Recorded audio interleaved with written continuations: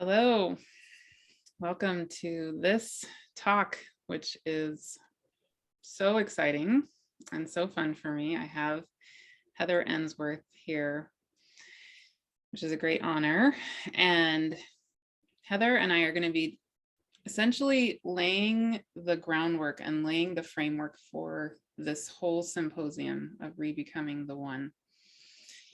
And I'm so happy that Heather has agreed to be a part of this and has been so supportive in the creation of the symposium, because her work and her books and her videos and just conversations with her have been instrumental in my own understanding of what I'm being called to do in the world, where we all are situated in the context of our historical time frame in this moment, and also what this symposium is being called to bring into the world. So Heather and I are going to be discussing the age of Aquarius and returning to balance and wholeness.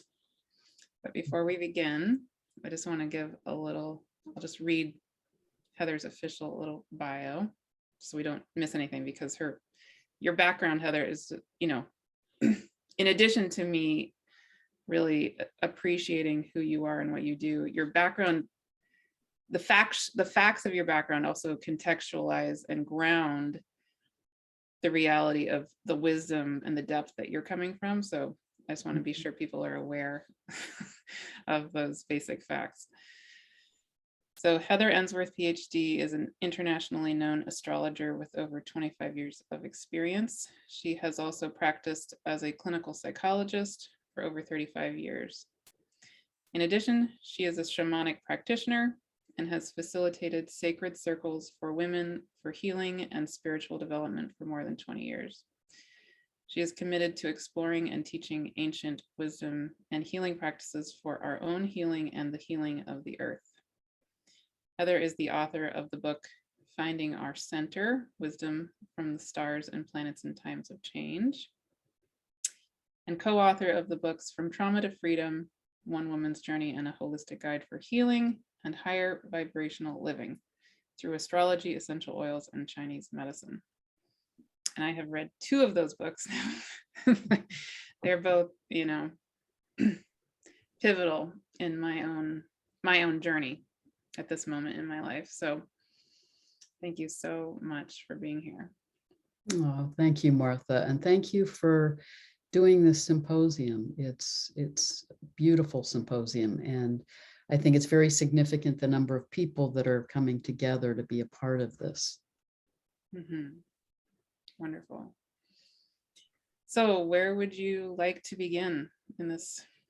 There's so many, we could talk, for hours, for days, literally for days on this whole topic. But when you are bringing forward this topic of the age of Aquarius and returning to balance and wholeness, where's the starting point with that for you?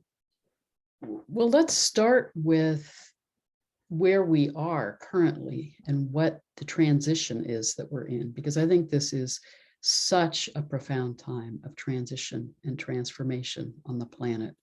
And I think as we can understand the deeper meaning of that, it helps us orient ourselves to what this time is about and how we can work with it consciously.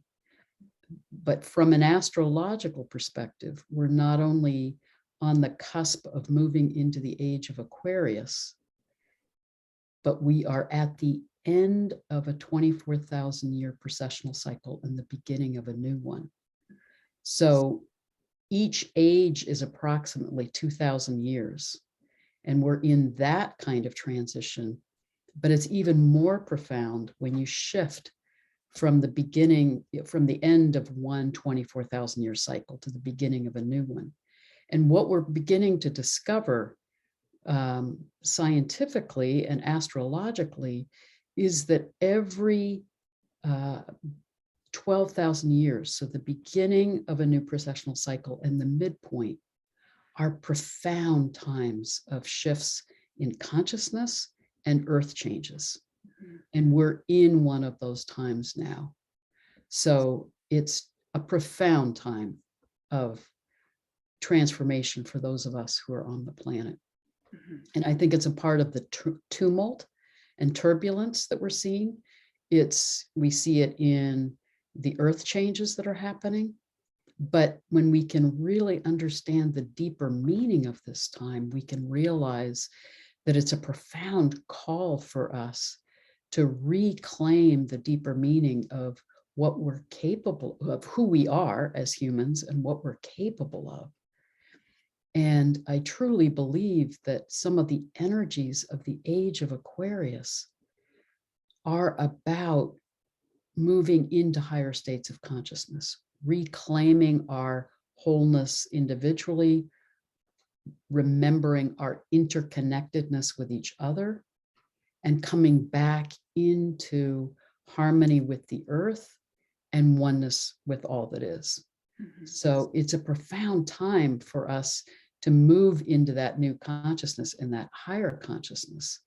But I also think to get there, to be in that journey, we are currently seeing a lot of the shadow side of humanity, as whatever is needing to clear, to heal, is also coming to the surface in this time, Mhm. so that we can work that through in order to be open to moving into these new paradigms and higher consciousness.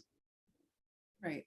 And I mean, again, your book, Finding Our Center, you go into depth about all of what you just mentioned, and you start with the age of Leo, I believe. Yeah, and you go through the processional uh, stages, Cycle.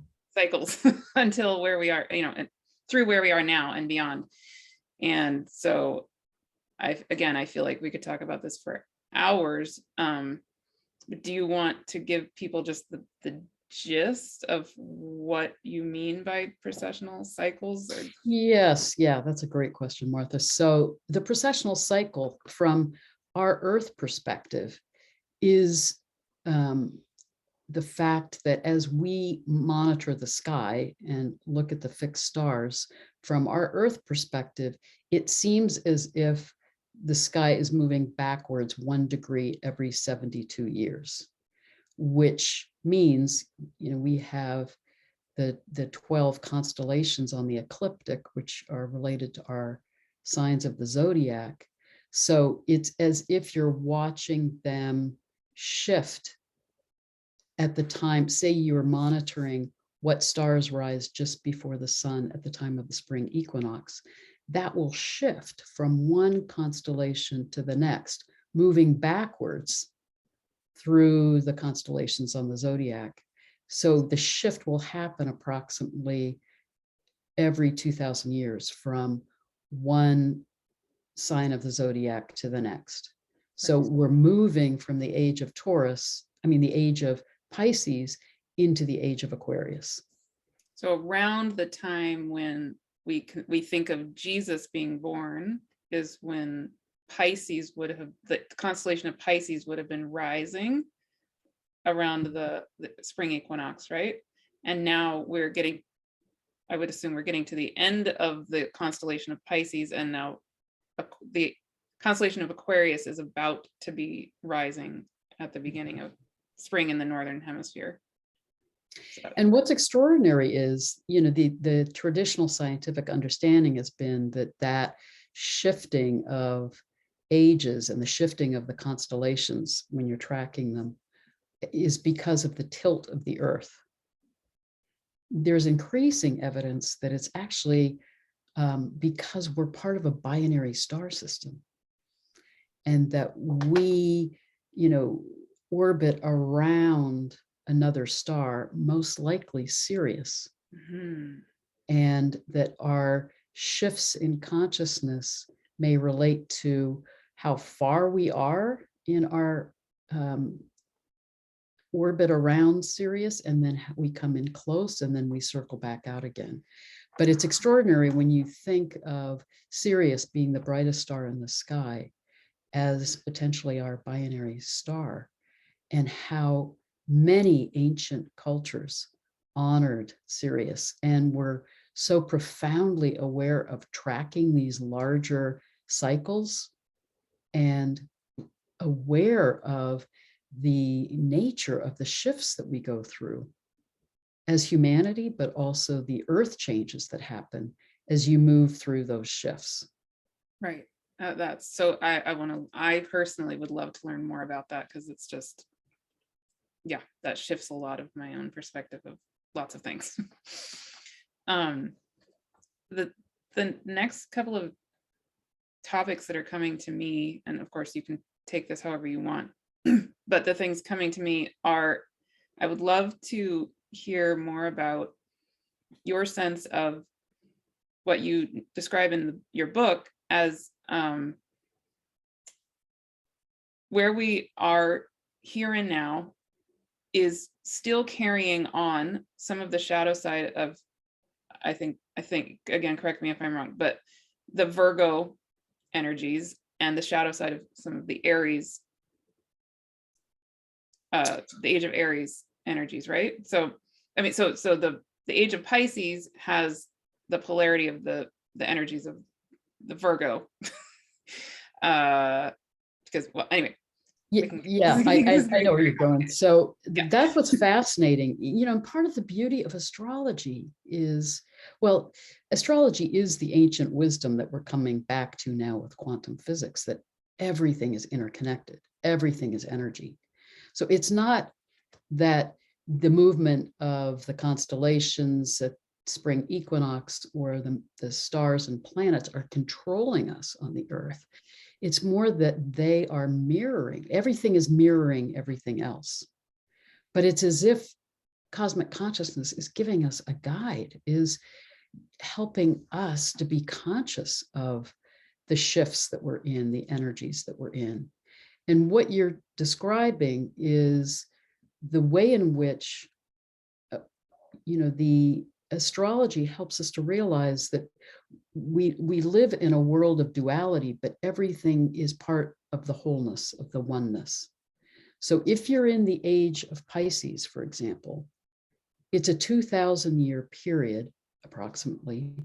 The first 1,000 years of that will be dominated by the energy of Pisces, the sign that's really active at that time.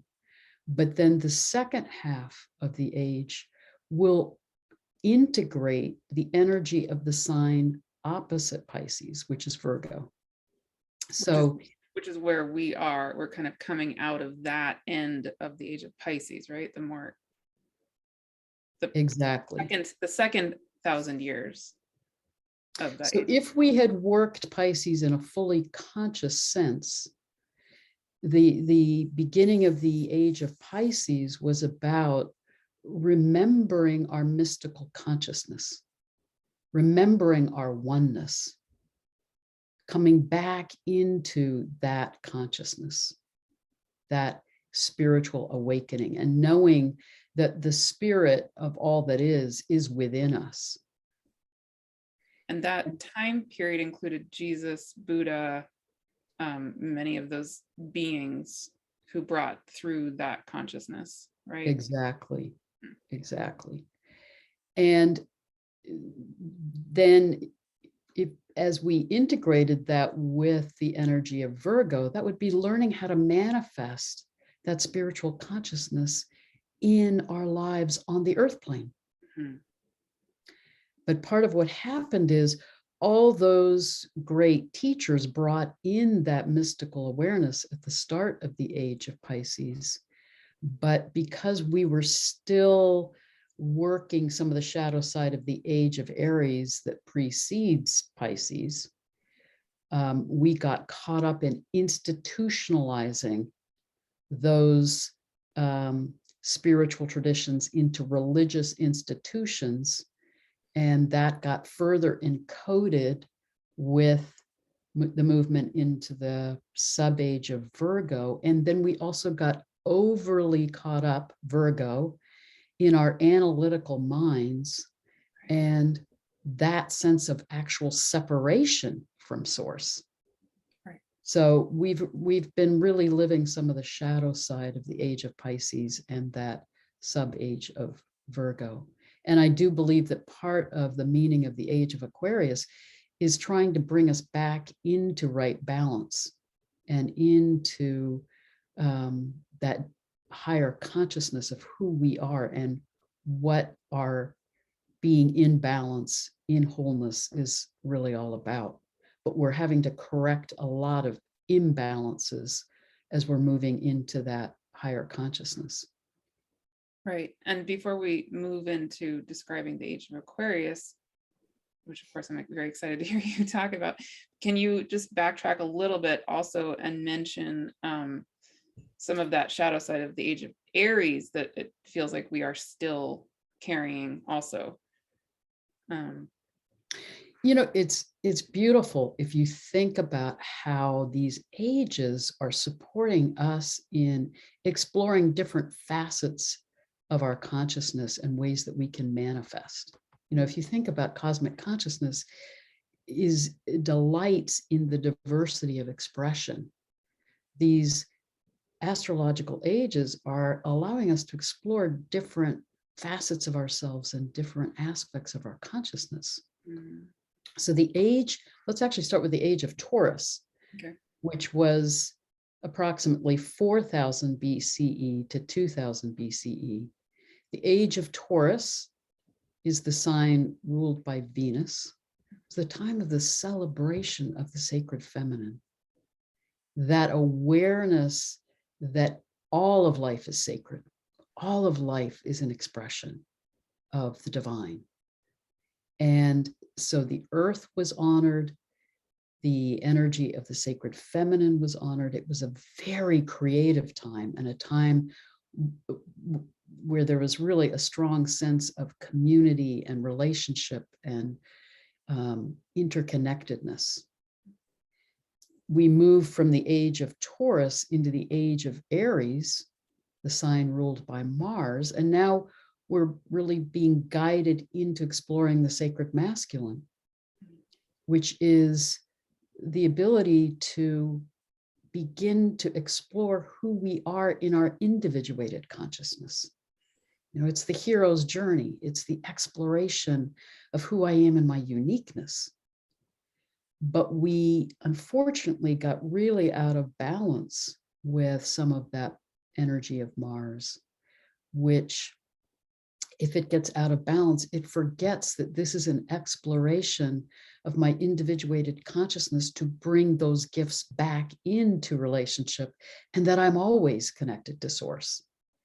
But we got overly caught up in that sense of separation and individuation, separation from source, separation from each other, devaluation of the feminine, leading to denigration of the earth as sacred. And it has led us into more and more of a power over kind of dynamic with violence, war, exploitation of each other, exploitation of the earth. And a lot of what then bled through into the age of Pisces were those unresolved issues of the shadow side of the age of Aries. You know, the sub-age of Aries is Libra. Right. How do you explore that, you know, quest of the hero's journey and individuation and bring it back into balance and relationship? We got too caught up in the shadow side of Mars and have continued on that trajectory of separation and power over and have forgotten how to come back into right relationship. Yeah. Beautiful. So then where are we now? Where can we go? What's your perspective on what's here and what are our choices?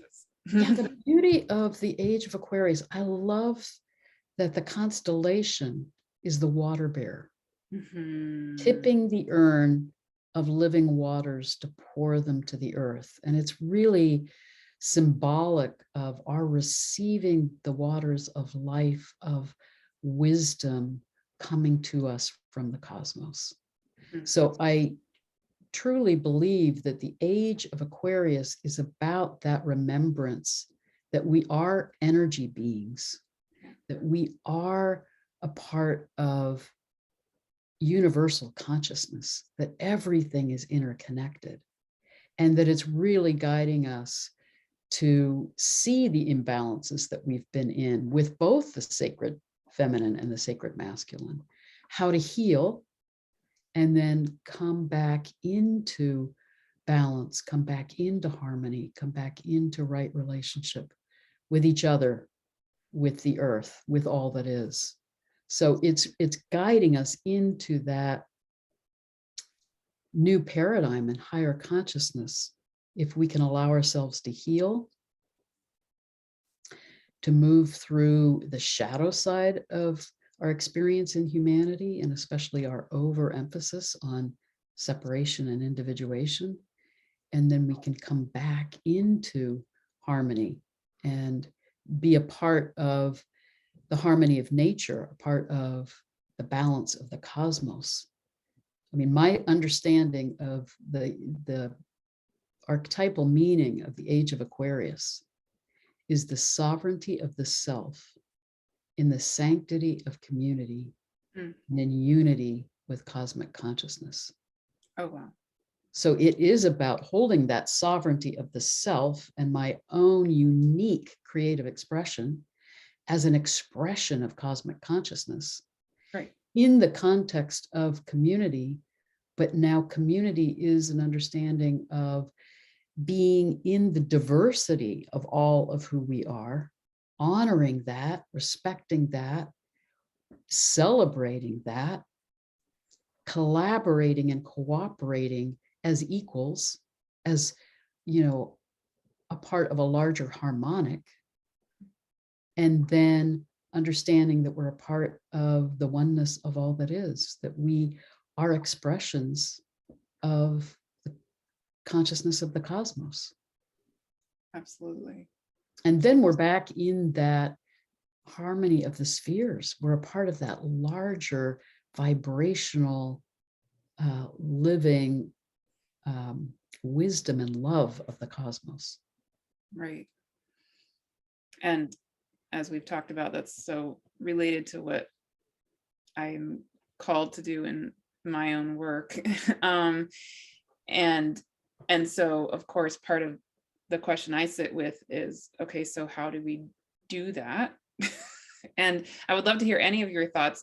But one thing that comes to mind that you and I have talked about previously before this video also is one of the key components of, if we're meant to remember ourselves as beings of the cosmos and of infinity and the all that is,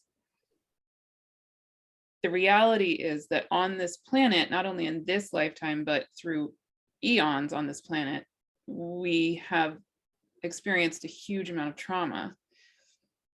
And so it feels like another aspect of what we're being asked to do as we come back into that infinite consciousness is also to address our trauma, our individual trauma from this lifetime, our collective trauma from this lifetime, but way beyond this lifetime. Anyway, I would love to hear any thoughts on that and anything else around how do we make this shift? Yeah, that's a great question. Yeah. Before we get into that, another piece that I think we have to be aware of is that we are also moving through a part of the galaxy where we're moving through the photon belt. And that means that we are really experiencing an influx of cosmic energy in a way that is profound. And again, that happens every 12,000 years. And what it means is the Earth's magnetic shield is lessening. We're really being inundated with these cosmic energies, and we're increasingly influenced by solar energies. And those then come to the Earth hit the Earth's core, reverberate out with these vibrations that then impact the energies of the Earth and the Earth's ley lines, which are since 2017, according to Rory Duff, whose work is brilliant, geobiologist, they have doubled in size, and they are continuing to strengthen as we move further and further into that photon belt. But it also means we are being changed by these cosmic energies. They are changing our DNA. They are affecting us emotionally. They're affecting our consciousness. And I think from the Peruvian perspective, we're being called to actually move from Homo sapiens into Homo luminous ones, beings of light. So it's profound that we're being supported by all these cosmic energies and by the earth energies. But as you said, it means for us to receive those and really be transforming with those energies, we have to clear the blocks and traumas that would hold us back or throw us out of balance. So I think it is, and it is a time where the veils between the worlds are thinner, and we're feeling more and more conscious of whatever is unresolved within us, individually and collectively. And it's all coming into the light of awareness for healing, clearing, and transformation, if we're open to doing that. But I think we're also seeing on the planet some of the backlash to these changes that are happening, with some people wanting to hold on to the paradigms of the past, hold on to a sense of power and control, who are resisting the shifts that are happening. And I think that's a part of the turbulence that we're experiencing and a part of the trauma that's happening on the planet right now. Yeah. But I do believe if enough of us are shifting and moving into this higher consciousness, it will support the shifting of the collective consciousness. You know, we're all a part of the soup of collective consciousness, and it's like a morphogenic field. And if enough of us are holding this higher vibration of love and light and unity consciousness, it will shift the energy of the collective consciousness and help all of humanity to heal, and help us then heal and transform as the earth herself. She is shifting and changing and transforming with these cosmic energies. We just need to be in relationship with her and consciously working with these energies to be in that healing transformational process ourselves. Right.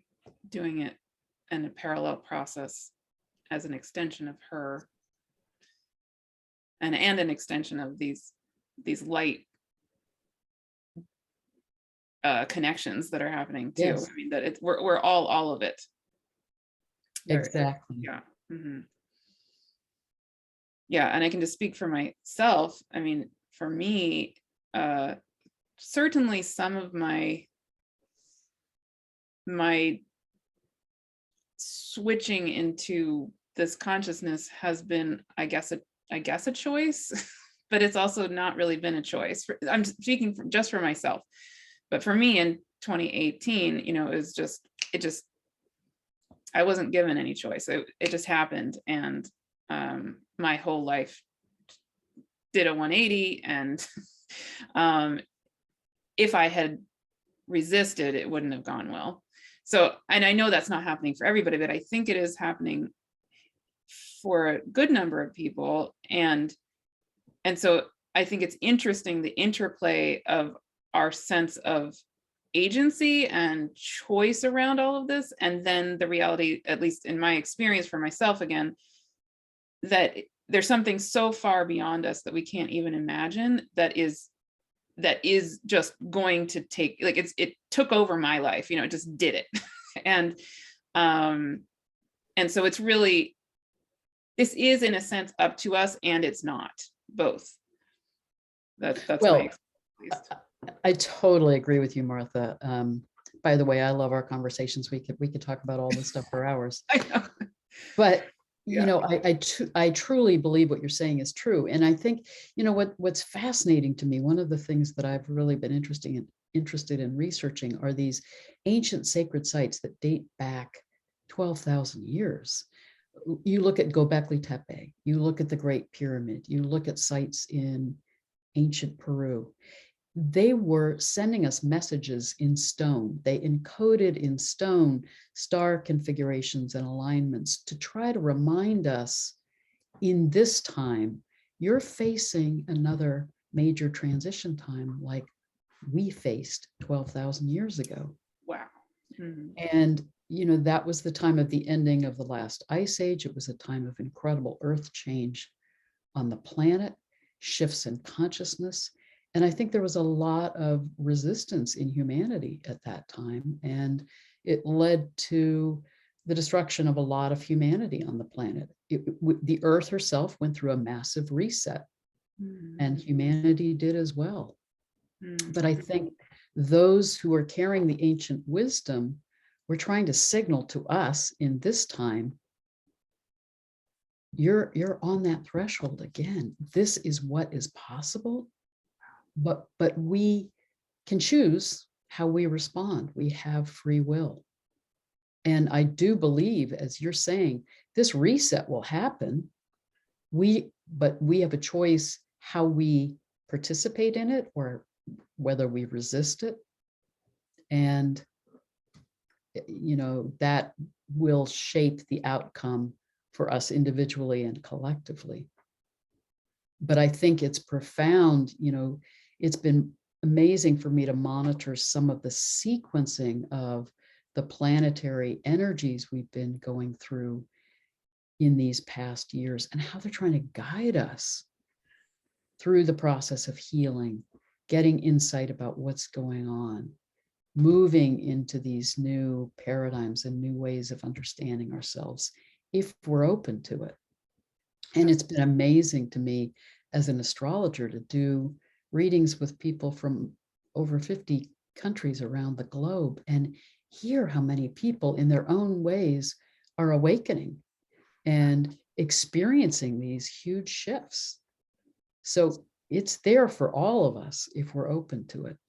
But I do think there are some dark energies on the planet too that know exactly what's going on and are actively trying to block humanity's awakening and assert a lot of control, activate a lot of fear, really trigger ways in which humanity will drop into lower levels of consciousness, which will then make it very hard for us to move through that shift in a more healing way. Right. But again, we individually have the choice how we work with our own response to it. Yeah. And as you say that, what comes to me is, I was mentioning to you again before we recorded this video that in my praying every day, I get taken into essentially the void that's beyond the time-space continuum. So as you're saying that, I'm getting taken there and I'm getting basically told, yes, and this is so much more powerful than that. I mean, in other words, the light is infinite. It's literally infinity. Therefore, any, you know, attempts to be dark are kind of like a toddler. You know, if you have like a 2-year-old and they're throwing a tantrum, you just sort of put your hand on their head and they let them do their own little tantrum-y thing. Eventually they'll get tired. I mean, the way that I kind of visualize it is that you know, we come into incarnation, we come into this dimensional reality, I think, to grow, to evolve, to deepen in love and wisdom. And we have the choice how we respond to the energies around us. And my deeper sense is this shift will unfold, and that we as humanity get to choose what dimensional reality we want to experience. So my sense is, and people talk about it as the shift into fifth dimensional reality, into unity consciousness, that will happen. And I believe that that is the new earth that's evolving. That is the new consciousness we're moving into. So my sense is that is going to unfold. These energies are so powerful and are so guiding us through that process. But that we have the choice to stay in third dimensional reality if we choose to and don't want to open to that transformation. And then I think, as happened 12,000 years ago, the earth in this third dimensional reality may go through its own reset, and humanity will go through its own kind of cataclysm and start again. So we might actually have a dimensional shift, or as Rory would say, a frequency shift, that we can kind of choose which path, which timeline, which frequency, which dimensional reality we want to be in to experience what we need to experience. So if people are sitting here thinking, well, clearly I want to choose path A, what would be some thoughts you have around how to make that choice, or how to navigate that shift? Or Yeah, that's a great question. I think there are a number of things. I think first of all, it is about coming back into connection. You said it earlier, and I think that's beautiful what you were saying before we started this interview about how we humans are a bridge between the earth and the sky. We can open to these messages from the cosmos and the energies coming from the earth. When we come back into connection, we will naturally be in that harmonic and vibrational frequency that is shifting all that is. And I think that, again, I really love Rory Duff's work. And he talks about coming together in group meditations on some of these powerful points in the ley lines around the times of the equinoxes and the solstices, when the earth and cosmic energies are guiding our consciousness into these shifts, and coming into group meditations where we're really in that Aquarian energetic of honoring the diversity of what we bring together when we gather in groups, that we have different gifts, different ways of tapping into the energies that are coming through in this time. I mean, that's part of what you're working to share with others, is your own unique gift in connecting to wisdom coming from source. That how do we each honor our unique gifts and share that and collaborate with each other? And another key is we've got to come back to the heart. We've gotten so caught up in the idealization of the mind and our individuated consciousness and our left brain analytical ways of looking at things that keep us disconnected. And when we come back to the heart holds that, and we come back into balance in the heart has a resonance and a healing energy that affects our whole energy field, that connects us with the vibrational energy, the heartbeat of Mother Earth, that connects us to the energies of all living beings, that reconnects us to the energies of the cosmos, and that remembrance that we are a part of the oneness. So we have to do those meditation practices, those ways that we come back to living from our hearts. Mm-hmm.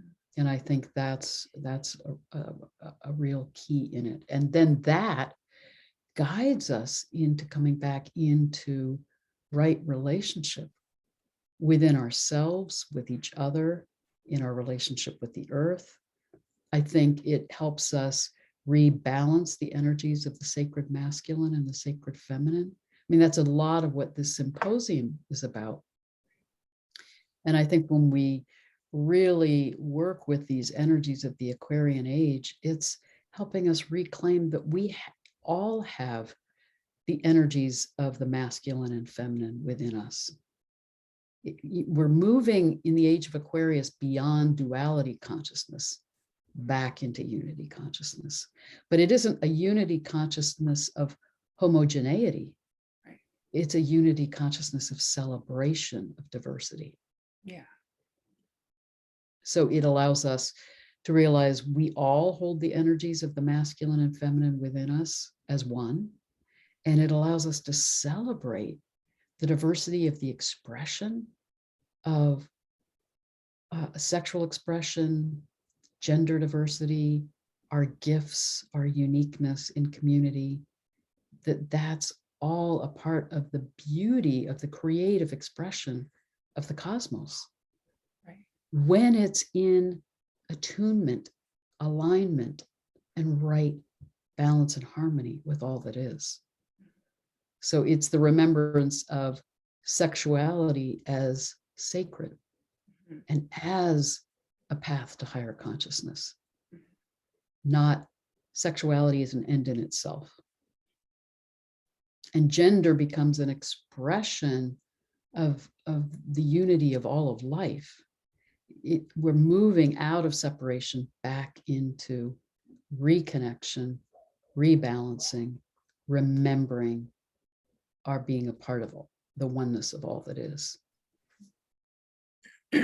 Right. And all of those things you mentioned just tie in together. Did you have anything else? I have some thoughts, but did you have anything else you wanted to add to that? Okay. Go ahead. So first, when you're talking about doing group meditations and getting into that consciousness of remembering this wisdom that would come through us in that group setting, what that's reminding me of is what gets told to me very, very clearly is that I'm not here to be a guru. Like that we're shifting away from a time where we have a Jesus and a Buddha and you mentioned this in your book, actually, right? That we've been in a time that's, if Pisces is ruled by Jupiter traditionally, then there's more of the sense of there's the one person that we're going to look up to as our guru, our teacher, who has the answers. But what I'm told very, very clearly is that each of us is, like, one way that one of my books puts it is, we're each a tuning fork of the divine, and we're each a unique tuning fork. And so our role really is to clear our tuning fork, the tuning fork that is us, of any gunk, any trauma, any whatever has been stuck to it, so that when we're clear as that clear tuning fork, then the divine literally can just, strike the tuning fork that is us, and then we sing the unique soul song that is us in the symphony of infinity. And I don't know, but that brings me back from the Aquarian idea to the polarity of Aquarius of Leo, that we're each like this beautiful flower that opens up to the sun and does this dance with with our open petals with the light of the sun, that we can't possibly be anything other than that perfect, beautiful manifestation of the divine that is this flower that is only me and only you. And yet when we allow ourselves to fully shine in co-creation with the light of the sun and the earth, and then we do that together, is this, like, what else is more beautiful than that? Yes. Yeah. Well said. It is. It's beautiful. It's joy. It's exhilaration. It's celebration of creativity and cosmic consciousness in all of its myriad of manifestations. Yeah.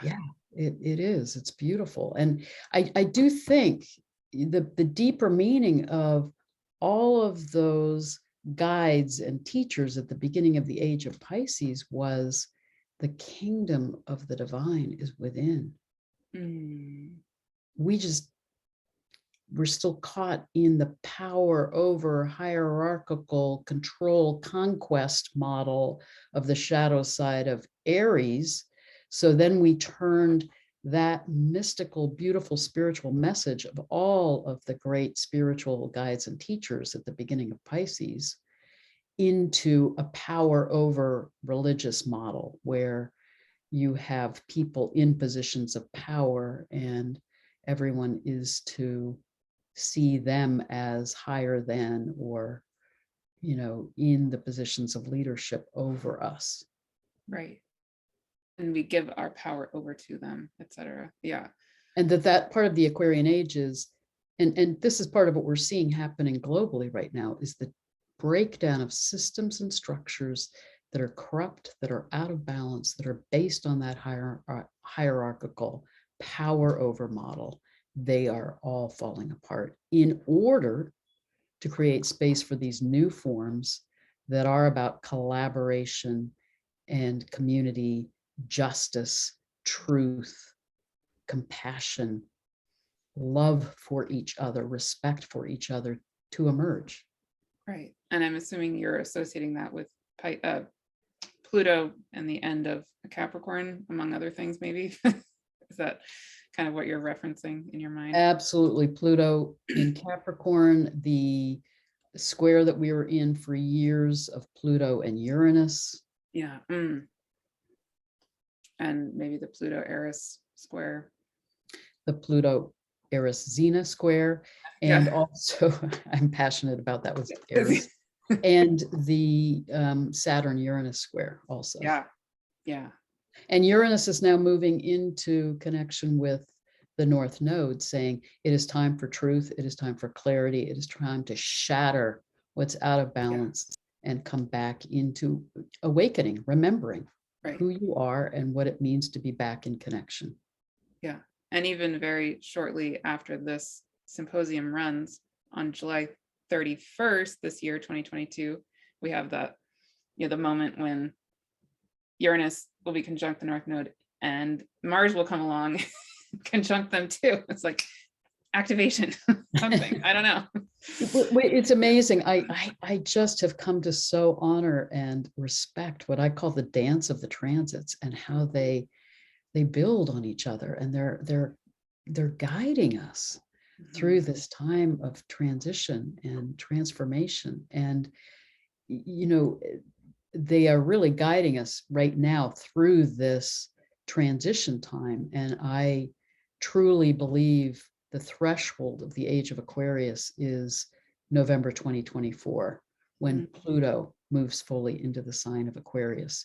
And amazingly enough, Rory Duff, in his tracking of the shifts in the energy lines, sees that time frame, December 2024, as when the Earth's ley lines, which normally come into this higher kind of harmonic around the solstices and equinoxes, will be activated all year round.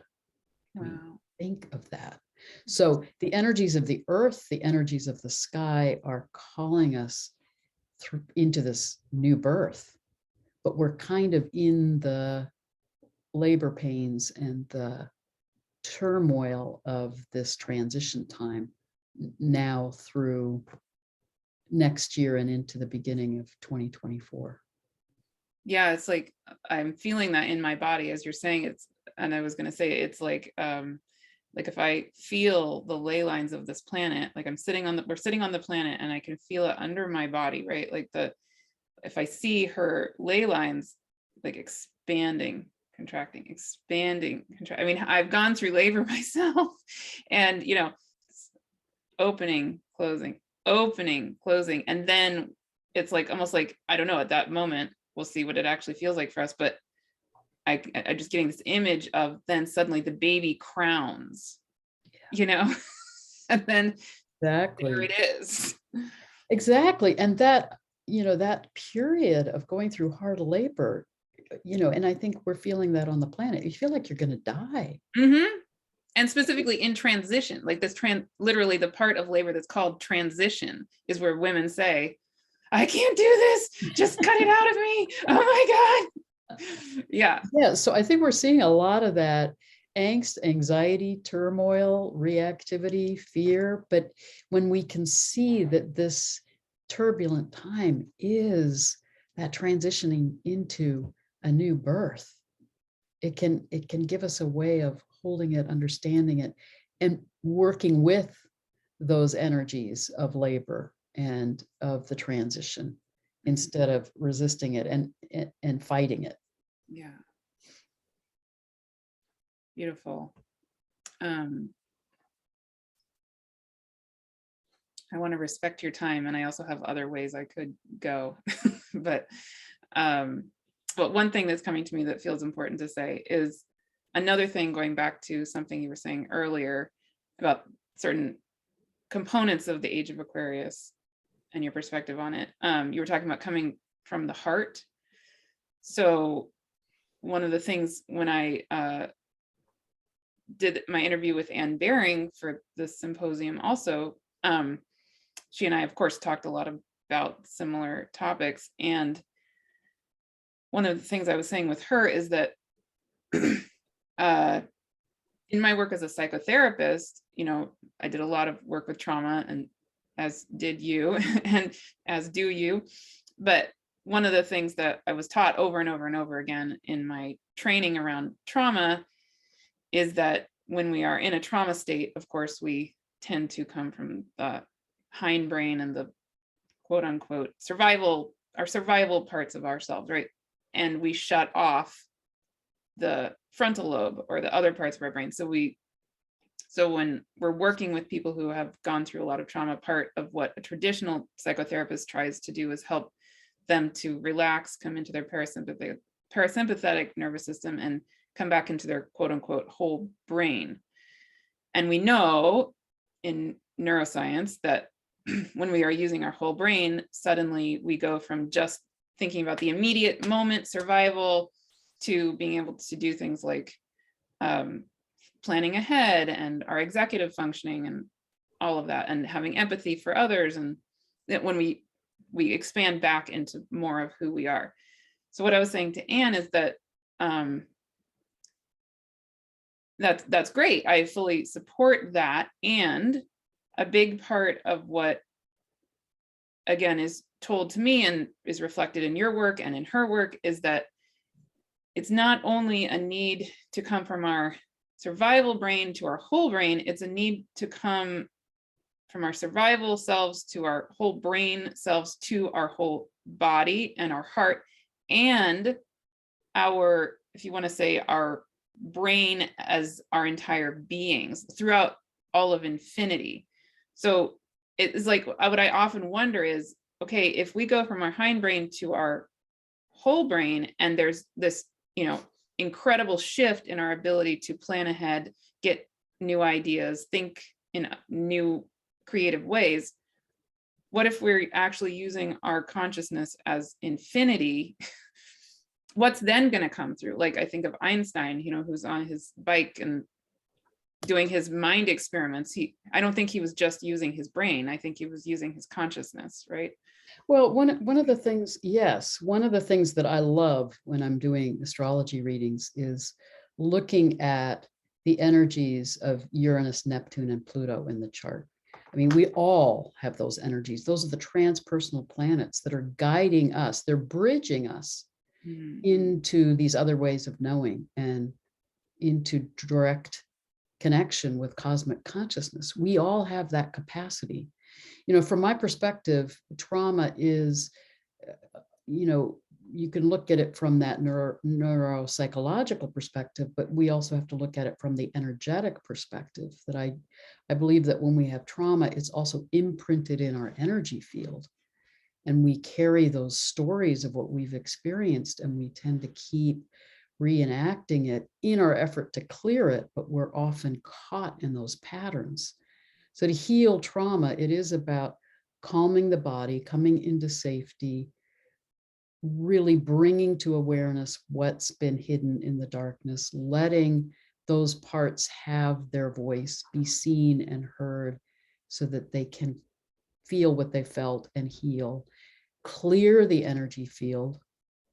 I think that's some of the profound understanding of the chakras, that as we can clear the energy field, clear the chakras, then we're not only accessing the whole brain, we're reclaiming the pineal gland, that activation of the third eye that connects us. That's the Kundalini rising that opens us to enlightenment and that connection with universal consciousness. And then we're just a conduit, not just. Then we expand our consciousness and become a conduit of that higher consciousness that comes into us, moves through us, and allows us to manifest our creative expression of that. Right. And that brings us back to sacred sexuality too. Sorry, keep going. Yeah. Yes, and it then allows our brains, the HeartMath Institute is so profound in its awareness that our brains need to be entrained to the rhythms of our hearts. And then we are able to be in more of that expansive consciousness in a more full way. So then we're really coming from the heart and coming from, that higher consciousness that then informs every aspect of our being. Yeah, absolutely. And then I'm wanting to bring this full circle again to the purpose of this symposium, which is this healing of gender and sexuality and the notion of rebecoming the one. And we've gone on these topics that could seem unrelated, but they are absolutely all related to this. And one way I see the connection is that I think on this planet, one of the biggest sources of trauma or areas of trauma that we have had is around gender and sexuality. And again, this sort of shadow sides of the age of Aries, and then the Virgo sub-age of the age of Pisces. And so one thing that's, clicking for me in the why am I being asked to hold the symposium? Why are you called to be here?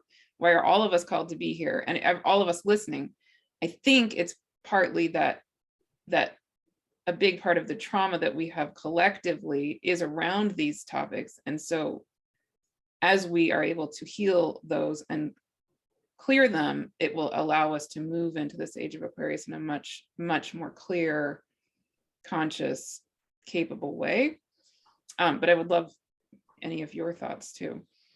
Yeah, absolutely. I fully agree with you. And I think, part of that healing of rebalancing the sacred feminine with the sacred masculine, some of the gift of the sacred feminine is the awareness of the sacredness of our embodiment, and was the profound awareness. I mean, many of the ancient temples in the age of Taurus deeply understood how you work with sacred sexuality to open the pineal gland, to allow the Kundalini to rise, to connect you with higher consciousness. So I think some of the shadow side of the age of Aries in our disconnection from the body and our denigration of the sacred feminine has led to a sexuality that's totally cut off from its higher meaning and its capacity to be a path to that higher consciousness. I mean, think of the control of religious institutions around sexuality. Yeah. Why? To maintain power over. Because when you can access through sacred relationships, sacred sexuality, your direct connection to cosmic consciousness, why do you need to give your power away to a religious institution? So a lot of healing has to happen around reclaiming the sacred feminine, reclaiming that sacred understanding of sexuality, healing the rift between men and women and the masculine and feminine that has resulted from this abuse of the age of Aries and our disconnection from each other, to allow us to come back into that awareness that we all have the masculine and the feminine within us, and that through sacred sexuality, whatever your gender, you can open to that higher consciousness. And then that is a part of the healing of the Aquarian age, is to help us remember that, and to let go of some of the conventional structures we've put around gender and sexual identity and sexual expression that have to do with power over and control. Yeah. And come back into the celebration of diversity and the sacredness of our bodies and the sacredness of our sexual expression. And the love that's moving through us and that wants to move through us too. Yeah, exactly. Yes. Mm-hmm. Beautiful. It is ultimately all about, I think, reclaiming that connection to the love and wisdom of the cosmos. Yeah, that's and what I'm feeling. feeling and opening to it in this higher consciousness. Mm-hmm. Again, on a personal level, I mean, that's what I'm feeling as I'm sitting here just listening to you right in this moment, is that in my personal life, as as I have over the last several years had this, not particularly, I wasn't really given a choice. And so these things, these spiritual, whatever you want to call them, awakenings just started happening. And my life totally took a 180. One of the effects has been that I experienced this deep, powerful love just flow through my body, almost constant, not constantly. I'm not always in bliss or anything like that at all. But it's this, one of the things I noticed, it's almost like I become like an opening of a river of love that just flows, and it just keeps going, going and going and going. And as a human, sometimes I don't know where I'm supposed to direct it. And that gets a little bit, that takes on its own issues. But that's what I'm feeling, that I'm feeling that river just starting to flow, like literally as you're ending what you were just saying, it was just flowing and flowing and flowing and flowing in a good way.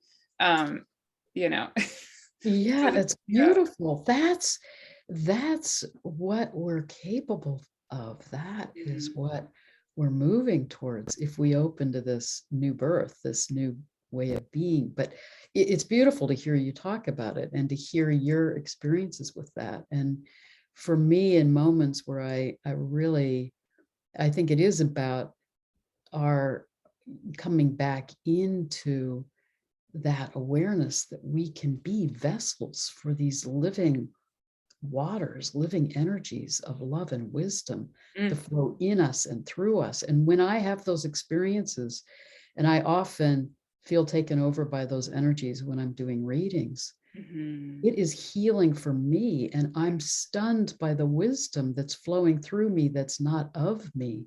Yeah. But it's from the cosmos that is so wanting to heal us and to help us remember that energy of love and to receive that wisdom. It's right there for us to drink of those living waters if we remember our connection with it and open back up to it. Right. And it's actually who we are. It's actually our literal existence is that. It's who we are, who we've always been. Always. But as they talk about in the Yuga cycle, we're coming out of the Kali Yuga, the age of forgetting. Yeah. Yeah. Into the age of remembrance and awakening. Yeah. Right. Yeah. And again, just my last thought is that as again, personally, as I have begun feeling that flow of that love, like the river of love go through me over the last several years. Again, I think partially because of our conditioning, partially because of our trauma, it's hard to know what to do with that energy. And so that's like a whole other level of, question and conversation. And Except I would say this, one okay. of the things that I find beautiful, and Rory Duff talks about this too.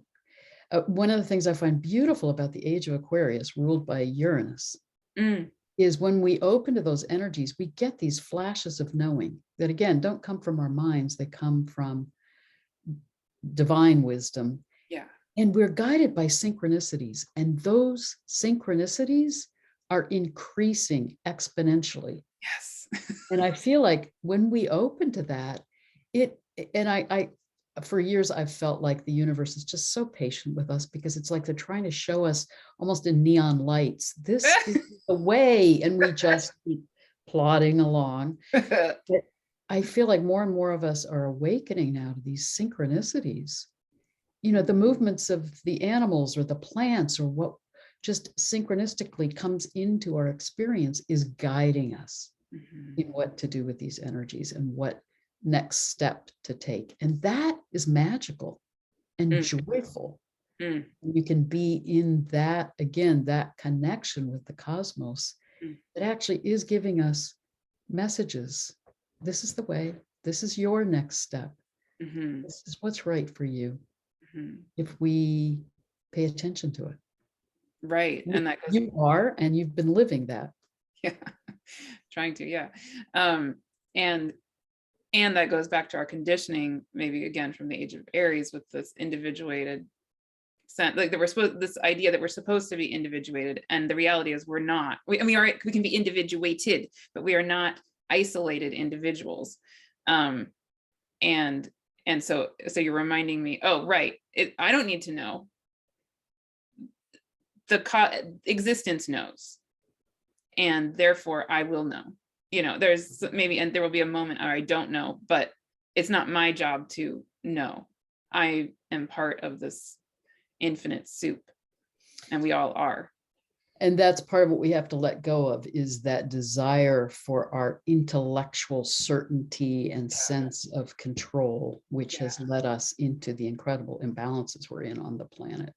And the other thing we have to remember, that, we've gotten so disconnected from the awareness that everything is a part of a cycle. Mhm. So we have this current, sense of individuated consciousness that is about everything is a linear projection of, I know exactly where I'm going, this is my path, these are the steps. And that is so out of harmony with natural law and with cosmic consciousness. So coming back into that awareness of those cycles, and part of the cycles of transformation, and that's what we're in right now, is that, energy of Pluto, of metamorphosis, from going from one form, like the caterpillar, into the chrysalis, honoring that time of dissolution and not knowing, to emerge in the new form, the butterfly. That we also need to honor those times of not knowing, and trust that these larger energies are carrying us through a cycle of transformation, if we trust in them and attune to them and be in rhythm with them. Absolutely. Yeah. And again, key for me, again, I can speak personally, but I think it's true for most of us, that we have this conditioning that there is a linear trajectory that we should be on, and there's point A to point B. But the reality of nature, if we look at any part of nature, find me something that starts at point A and just goes and never does anything else. That I can't think of anything. Nature is cycles and spirals, right? So our actual natural way of transforming is, like you talk about, is actually spherical. is a sphere. I mean, is a spiral, or at the least is a cycle. Absolutely. I would say it's really a spiral in my own. Spiral. Yeah. Absolutely. Yeah. So we should not be expecting that we reach point B. We reach point infinity, on and on and on and on and on and on and on. It just keeps going. Yeah. Absolutely. Beautiful. Any other last thoughts or? Just that I think this is such a profound time to hold that awareness of this larger cycle that we're in and to support each other in it. You know, the more that we can support each other, hold that energy of gratitude for the currents that are carrying us into this new birth, not get caught in fear. I think that's a critical aspect of it. To know that we're going to feel the turbulence, we're going to feel at times frightened or reactive, but let ourselves feel that and then let it go and come back into that trust in these higher energies of the earth, of the sky, that are carrying us on this river of energy into a new way of being. You know, as the Hopi would say, let go of the shore, be in the current, let the current carry you. We are the ones that we've been waiting for. And when we can surrender to the current and support each other in this process, it can be profoundly magical and amazing. So beautiful. Kind of makes me cry. Thank you. Wonderful. So I just want to say that people, of course, could find you if they want to hear more, work with you, etc. You have a YouTube channel, you have a website, you're offering, I know in the fall, you're offering at least, well, 3 different things that I know about. You're offering a training program that's related to your trauma work. You're offering a shamanic astrology training program as well. And then you're also leading a trip to Egypt, right? Yeah. So those are the things I'm aware of. What would you, anything you want to add? All of your contact information will be with this video, but anything you want to say? Or Yeah, for more information about that, anyone can go to my website, risingmoonhealingcenter.com.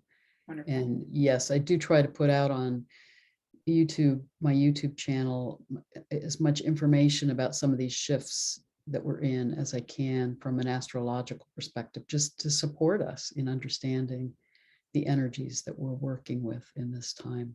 Yeah, and there's so much more that, again, we were going to potentially talk about Sedna. You know, we could go on and on and on, but you talk about Sedna in your book. You have videos talking about various archetypal mythological stories, and you're an amazing storyteller, and then you draw those myths and the meaning behind them into your perspectives on the time that we're in. And people love that, among many other things that you have out there. Thank you. And thank you for doing this symposium, Martha. It's an honor to do this with you. And thank you for the way in which you're honoring your path in this time. Thank you.